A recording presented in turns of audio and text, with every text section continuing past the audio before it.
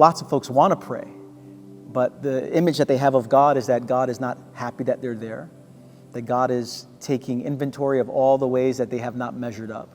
And so because that is the image that comes to mind, lots of folks say, I'd rather not pray.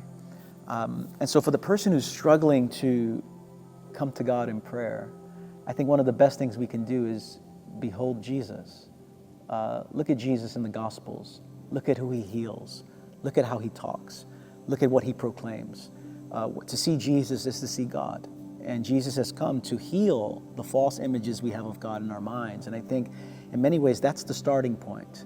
The starting point of a deeper life in prayer is to allow Jesus to shape our conceptions and our image that we have of God in our mind. And contemplative prayer has helped me to pray in a way that was not exclusively marked by transactionalism.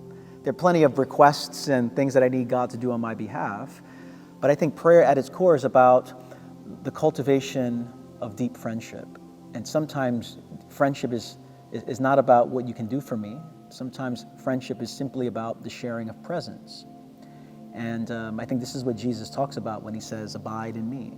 I think this is what David talks about when David says, one thing have I desired of the Lord, and that will I seek after, to dwell in the house of the Lord all the days of my life, and to behold the beauty of the Lord and to inquire in his temple. This is a life of communion, and I think that's what God invites us into. It runs far deeper and does far deeper work in us than seeing prayer as transactional, because we were meant to have a relationship with God that was far more deeper than transactional. Really, it's about a communion of wills and a communion of heart. Thanks so much for watching. You might be aware that Stream Studio is a crowd-funded non-profit, and if you'd be interested to see more videos like the one you've just watched, perhaps you'd consider a small monthly donation. There's a link in our bio which will give you full details.